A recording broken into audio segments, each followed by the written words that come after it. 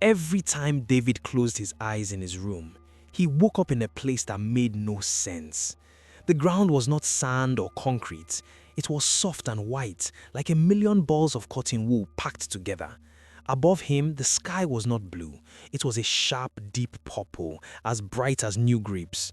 Usually, David would hide behind the thick glass-like rocks because the place felt too real.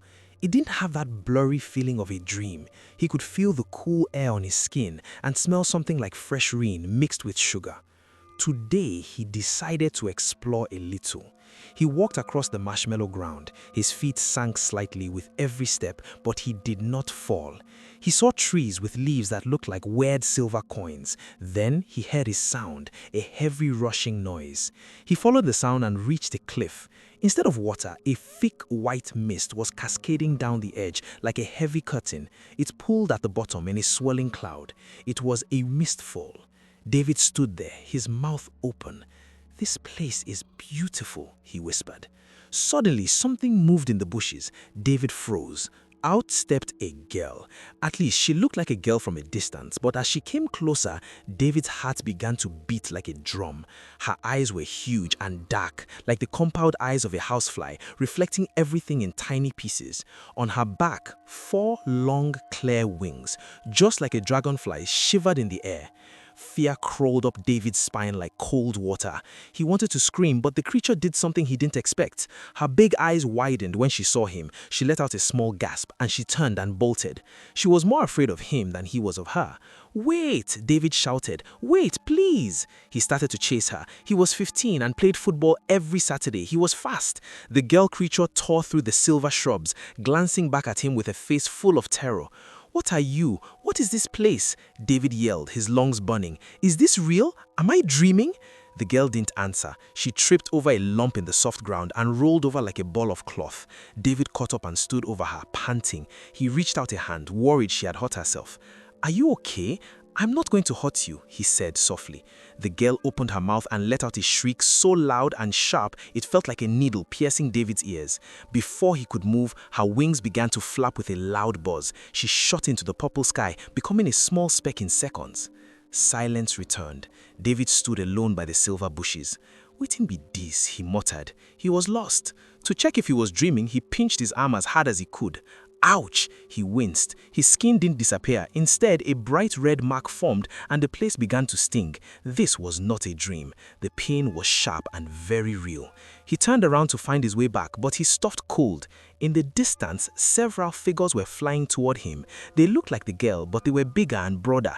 Even from far away, he could see the light glinting off the long spears and spiked clubs they held in their hands.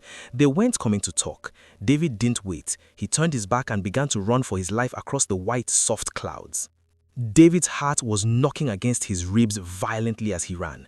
He didn't look back, but he could hear the fap fap fap of their heavy wings. It sounded like many standing fans blowing at the same time. Whoosh! A spear whistled past his head and sank deep into the marshmallow ground. David dived to the left, his hands scraping against the soft white floor. He scrambled up and kept moving. These ones were not like the girl. Their faces were hard and their eyes were dark and cold like polished stones. "Leave me alone, I didn't do anything," he shouted, but his voice felt small in that vast purple world. Up ahead, he saw a dark opening in a hill of glass, a cave. If he could just reach the shadows, maybe they wouldn't see him. He pumped his arms, running with every bit of strength in his thin legs. He was just a few meters away from the entrance when he heard a strange singing whistle in the air. Swish, swish, swish, swish. It was a bola, 2 heavy stones tied together with a thick cord. It spun through the air and wrapped tightly around David's ankles. His legs locked together instantly. He lost his balance and went flying forward. David hit the ground hard and tumbled. His head slammed against a jagged purple crystal sticking out of the floor. The world began to spin. Colors blurred together like paint washing away in the rain. He tried to get up, but his limbs felt like lead.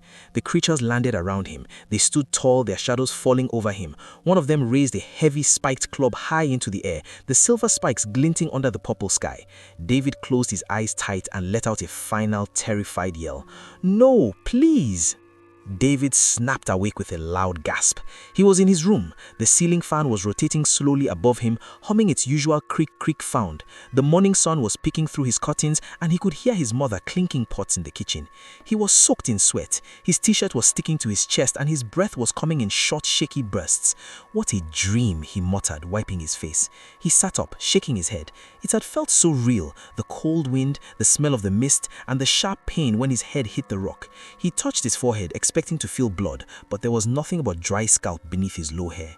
He took a deep breath to calm his racing heart. Just a dream, David, just a very long and very weird dream. He stood up to go and brush his teeth, but as he moved, he noticed the lines on his ankles. There were thin red friction marks exactly where the rope had grabbed him. David stared at them, his skin crawling with fresh goosebumps. Now it didn't feel like it had been only a dream.